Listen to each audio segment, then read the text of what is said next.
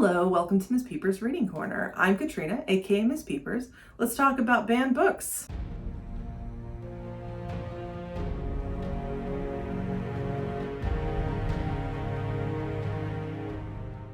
Throughout the month of October, we are celebrating Banned Books Week, which was at the end of September, by talking about a banned book in each video.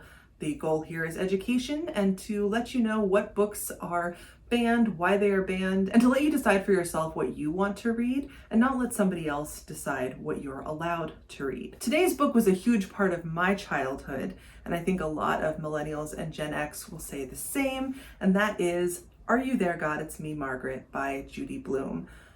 Judy Blume in general was a huge part of my childhood. I read so many of her books. This is the famous period book. So scary. But before I get into why people are afraid of this book, let's start with what is it about. This book follows an 11-year-old called Margaret Simon. She's an only child. Her parents are just moving at the beginning of this book from New York City into New Jersey. So she needs to deal with a new school and make new friends, and she's also going through puberty, which is arguably the most challenging challenge of them all. And this book was written and is also set in the 1970s. So while there was some education on these topics, it wasn't great then. I think it got better, and now it's not necessarily great again. It's wonderful. God love. I mean, why tell people what's happening?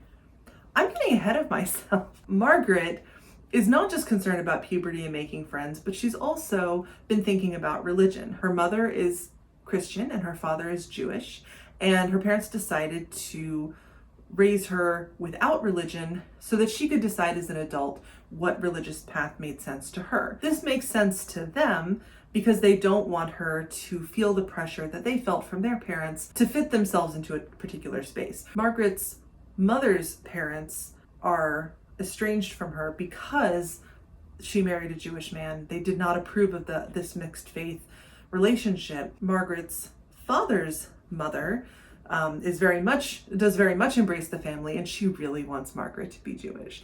And she isn't pressuring per se, but it's more of a, hey, it's here.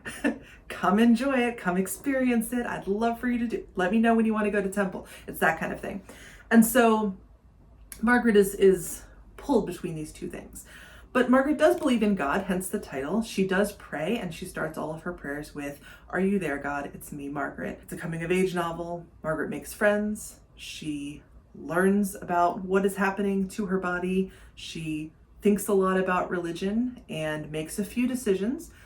And ultimately, she scares the crap out of a lot of adults who are really awkward about periods. Let's talk about the banning. I can't stop myself. The first thing is that shortly after this book came out, Judy Blume herself, she was a wife and mother. She had children in school, and so she donated a few copies of her book to her children's school.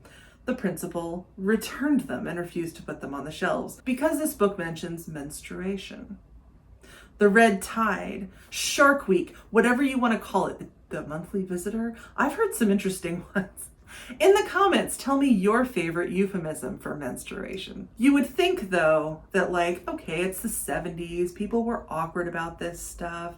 We didn't really know what to tell our kids about what was happening. Sex was something that you just didn't talk about. The sex talk was, well, when a mommy and a daddy love each other very much, they get certain urges. I really want to say it's gotten better. In some places it has.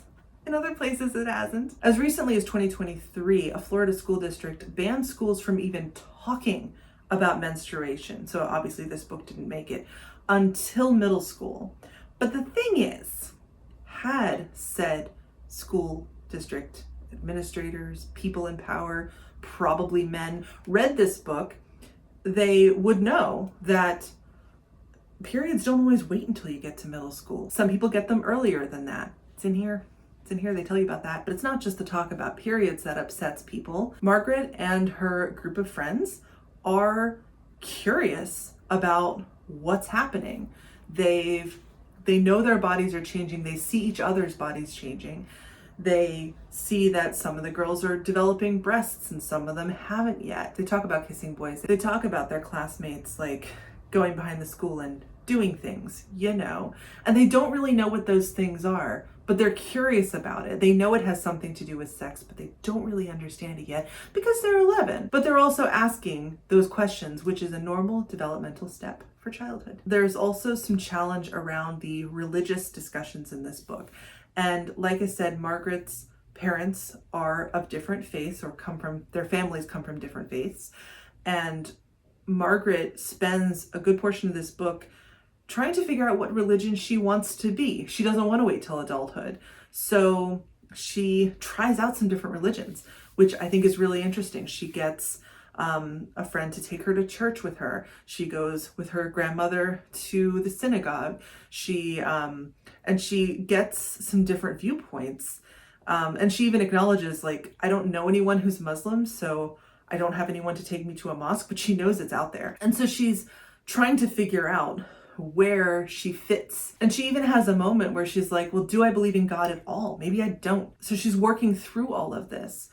And that is also a very normal and natural thing to do, especially if you're not raised in a very specific religion. She gets angry with her parents for not raising her in a specific religion because now she's confused. And so there's a lot that's going on in this book with her. And all of these things are normal for middle schoolers, for tweens, for teens, to ask about, to wonder, you're figuring yourself out at these ages. You've got a long way to go. When you're 11, you still got a long way to go to figure yourself out. I'll let you know when that process ends. One thing that I love about Judy Blume is that she writes to children at their level. She talks to children at their level, and she doesn't pretend that the things they're experiencing don't exist because it's awkward. And this is not the only book of hers that has been challenged for these very topics. Now kids are going on the internet and learning who even knows what.